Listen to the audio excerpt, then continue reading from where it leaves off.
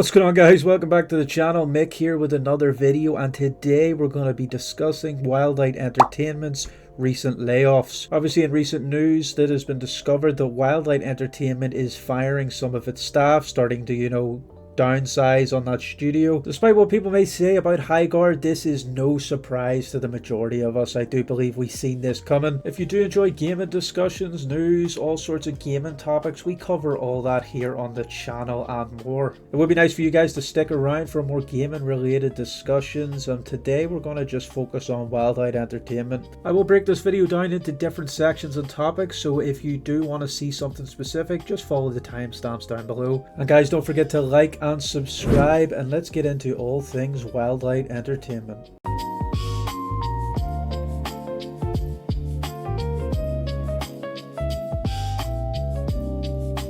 Okay guys, like I said in the intro, Wildlight Entertainment, the developers and creators of recent FPS Highguard, have officially started layoffs.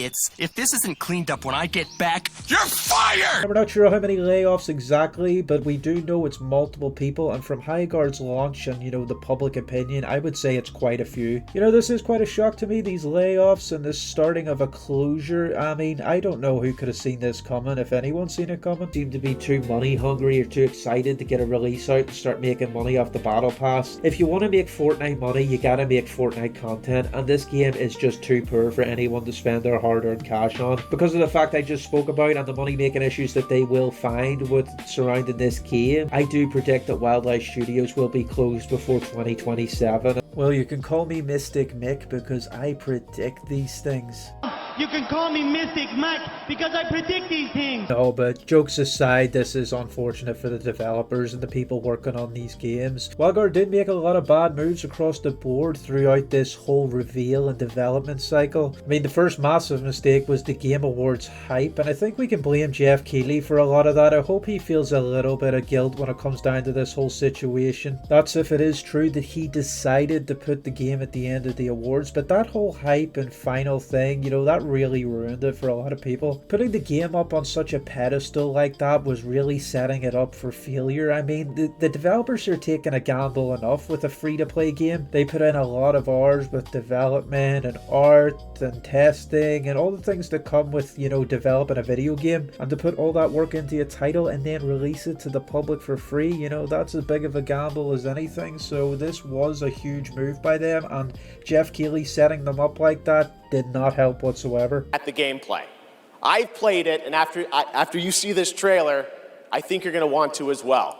Welcome to Highguard. But I know I did predict that this was going to happen, and I still stand by my statement that this studio will be gone before the end of the year. It is sad to see. After the big hype that we discussed, Highguard did have a launch that I played in, and as I said in my previous video, which I will leave a link down below, I gave my thoughts and opinions on the game, and it was not good across the board. Now, I really did think this game was going to be good. I mean, I mentioned it in a previous video before the game released, but if you've been following the Highguard situation, or if you're on social media at all around gaming, you know that this game did not do well at all. So with that massive hype and then the failure at launch and the continued failure by the developers to even implement some of the most basic features, no, it truly was a shock when they released a fully fleshed out title without even a simple leveling system or XP per match. We are going to get into what one of the developers said about his firing, but just before all that, well, this is sad for developers and it's not good to see people lose their jobs by any means. There is a silver lining on all of this. I mean, the community has proven what I've been saying before, is that we have the power as the consumer. While this is a free-to-play game, it did represent a lot of things that were going wrong in the gaming industry as a whole. I mean, this free-to-play microtransaction, low-effort slop that's being pushed and pushed and pushed as the years go on. Highguard's going to be a prominent message to future developers that we just will not stand for this and people will not let this slide. I do hope that Highguard stands as kind of like a reminder, or kind of like a a warning to future devs that they better not try anything remotely surrounding this shit, or it's just going to fail and people are going to lose their jobs. With a market so extremely saturated with free-to-play arena and competitive shooters, I have no idea why Wildlight went down this route in the first place. I mean, you have a bunch of Titanfall and Apex developers all working together. They could have made a really good arena shooter with Titanfall movements and some Apex weapons. Something with really fast movement and focuses more on objectives or team-based games and kind of like an arena style. Like I said, with the market being so saturated, that initial player-based catchment is so extremely important for free-to-play shooters and developers in general. In order for them to do that, successfully, they obviously thought they had to catch people with, something completely new, something completely different. While that is all in good, with a free-to-play shooter with a battle pass and skins, it really is hard to be different. So if you're going to do it, you may as well do it right. If Highguard maybe have kept this same horse riding and objective large-scale game, maybe if they added a capture the flag mode, or maybe some 10v10 or 20v20 combat with, obviously tweaks here and there with health and skills. I just feel like they did not do enough with this game, and the things that they did a lot on just really didn't matter to the community that do play these free-to-play shooters. While the argument can be made that free-to-play shooters is a completely different genre, and if you don't like it, don't play them, that is all well and good, and there is some truth to that argument. However, the more and more that we see these free-to-play shooters slop, free-to-play battle pass, microtransaction garbage, the more we see of that, the more it poisons the market and changes the gaming market as a whole.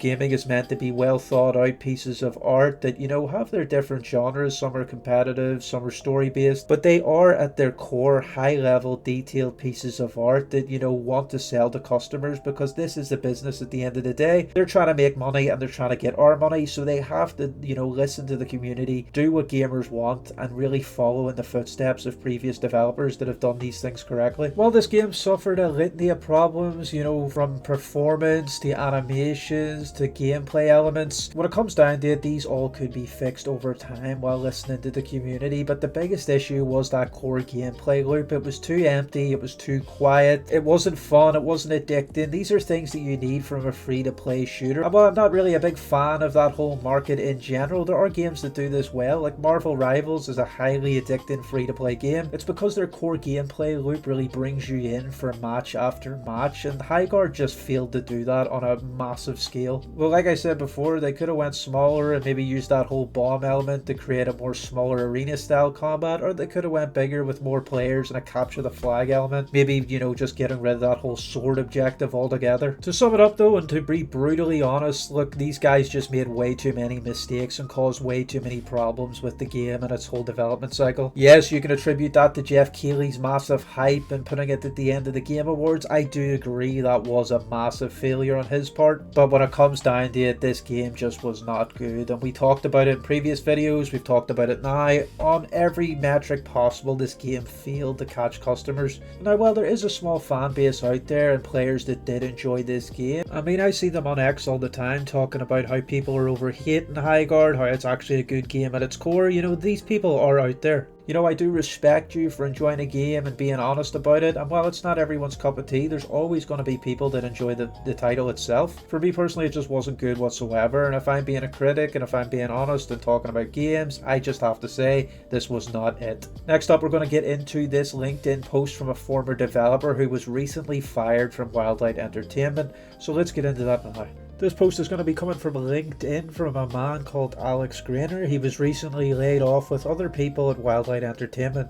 Alex goes on to state, "Unfortunately, along with most of the team at Wildlight, I was laid off today. This one really stings as there was a lot of unreleased content I was really looking forward to that I and others designed for Highguard. However, I'm excited for my next adventure. If your team or anyone you know needs an experienced level designer, hit me up. Check out my portfolio here and see what I've done in the last 7 years as a level designer in the AAA space." So like I said, this is not great to see whatsoever, and I do hope Alex finds work very soon. If it's in a different studio or whatever, I hope he does get sorted out. Now, it says in his message that he was sad about the unreleased content that he and others worked on that he's going to miss out. I'm not sure if he's referring to the fact he won't be there for its release, or if the fact that the layoffs have caused this unreleased content to be, basically scrapped. To me, this sounds like a major problem, and this message does give evidence that a lot of other people were laid off too. Now, the exact number is unknown, but Alex here does make it seem that a lot of things have suffered basically because of these layoffs. If this content is scrapped with these developers, and if Wildlight are trying to really, downsize and just have a small team, maintaining this game, it's very hard to see any future content coming anytime soon, or any content that people are asking for. In my opinion, and it was my opinion previously, I don't see Wildlight Entertainment making it out this year. I do think we're going to see a closure on the development studio as a whole very soon. Unfortunately, these developers are going to have to find new work, but more importantly, Wildlight Entertainment are going to struggle in order to keep Highguard alive. Not only is the game making it difficult with its reduced player numbers and having trouble, keeping that player base, but the internet, including X, are just all over these guys with memes, jokes, hate, just completely brutalizing them and keeping them down, While this doesn't affect gameplay or any development strategies, this does have an effect on the company's, outlook, how it looks to the public, and also how the developers are feeling when they read these messages. All the public opinion and the poor development strategies and the poor launch of this game is just a recipe for disaster, and like I said, this development studio is coming to an end. I mean, on screen you can see the live player count from Steam on Highguard now. I mean, we're not including consoles there, but I can't imagine very many console players are playing this game either. This would be the point of the video where I would like to talk about what Wildlight could do better, what changes they could make to really turn this around, but frankly that's just not possible in my opinion. I think too much has gone down. I think because of that rocky start and the memes about the hype and all these layoffs, I think it's over for Wildlight Entertainment, and I think it's over for Highguard. Highguard being a live service title, that means that it will be gone eventually when the studio does go, if they do go in the end. Other than that, guys, though, that is everything I wanted to cover in this video regarding these layoffs and the Wildlight situation in general. This is the beginning of the end for Wildlight, and I am curious to see what happens in the near future regarding more layoffs or any studio changes. If you did enjoy the video, guys, I would ask that you like and subscribe, but more importantly, leave your thoughts below. Talk to me. I get back to everybody in the comments, so let me know what you think about Highguard, Wildlight, or any, topics regarding gaming in general. That's going to be it for me, though. I am going to bounce. Thank you for watching, and as always, I'll see you in the next one.